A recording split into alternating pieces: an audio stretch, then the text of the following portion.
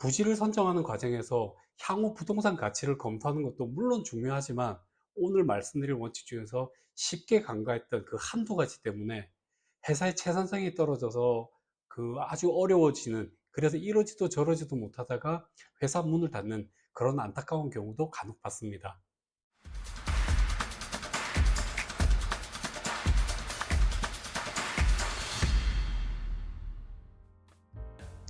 안녕하십니까.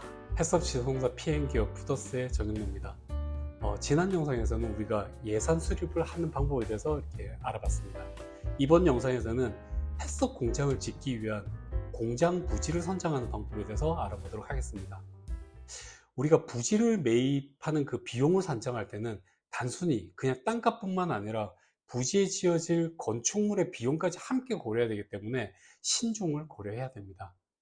부지를 선정하는 과정에서 향후 부동산 가치를 검토하는 것도 물론 중요하지만 오늘 말씀드릴 원칙 중에서 쉽게 간과했던 그 한두 가지 때문에 회사의 채산성이 떨어져서 아주 어려워지는, 그래서 이러지도 저러지도 못하다가 회사 문을 닫는 그런 안타까운 경우도 간혹 봤습니다.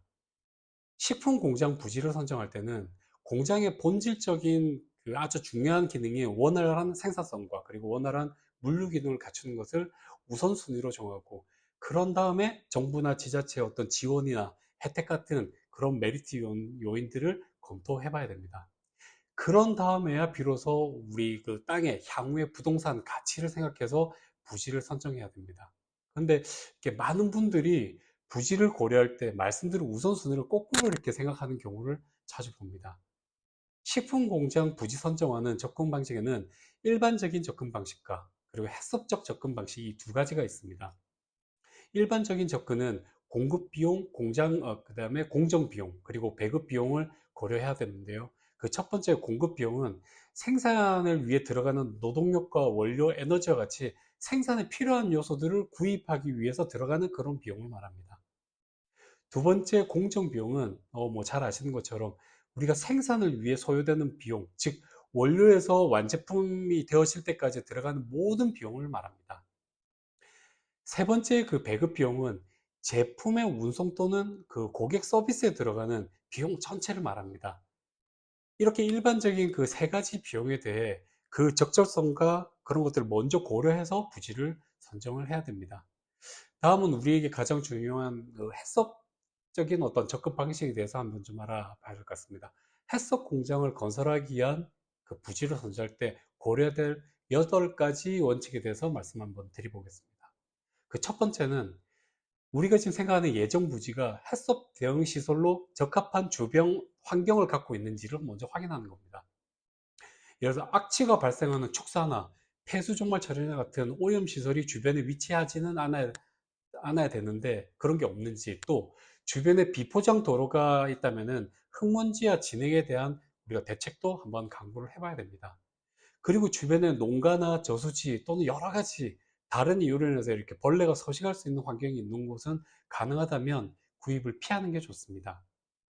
만약에 뭐 어쩔 수 없는 경우라면 그 대책 마련이 가능한 곳이어야 합니다. 특히 우리 제품이 건조식품이나 분말 같이 흡습성이 있는 제품이라면 더욱 이런 곳은 피해야 됩니다. 실제로 이런 곳에 공장을 지었다가 악취와 비산먼지를 막기 위한 시설과 설비 비용에다가 또 그걸 유지하는 비용까지 적잖지 않게 들어가서 아주 불필요한 고정 비용이 발생하는 그런 경우를 많이 봐왔습니다. 또 반경 한 2km 내에 축사가 있다면 맑은 날보다 비가 오거나 안개가 자욱할 때 부지를 한번 방문해 보는 것도 좋을 것 같습니다. 냄새는 기압이 낮을 때 더 넓은 범위까지 퍼집니다. 우리가 비 오는 날 바닷가에 가면 그 바닷물 비린내를 더 잘 맡게 되는 것도 같은 원리입니다. 다음 두 번째는 인원 고용이 수월한 그 지역인지도 확인해 봐야 됩니다. 특히 생산 인력뿐만 아니라 관리 인력이나 어떤 전문 인력에 대한 수급이 원활한 지역인지를 한번 확인해 봐야 됩니다.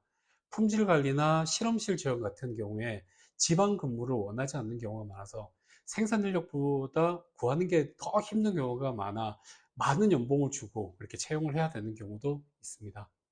영상에서 거론되는 모든 부분들을 다 충족하는 부지라고 하더라도 만약에 우리 제품이 자동화가 어려운 노동 집약적인 제품이라면 인력 수급에 대한 부분을 부지 선정 8가지 중에서 가장 우선순위에 둬야 될 겁니다. 네, 요즘은 지자체에서 그 타지역에 있는 기업들 유치하기 위해서 이러한 부분을 해소하기 위한 다양한 지원 프로그램을 운영하고 있으니까 적극적으로 사전에 알아보는 것도 좋을 것 같습니다.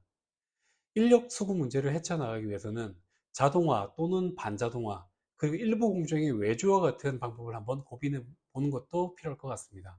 네, 여기까지 그 부지 선정 방법 첫 번째 편을 마무리하고, 다음 영상에서는 나머지 부분 해썹 대형 공장 시설을 구축하는 데 필요한 나머지 6가지 원칙에 대해서 2부로 해서 찾아뵙도록 하겠습니다. 감사합니다.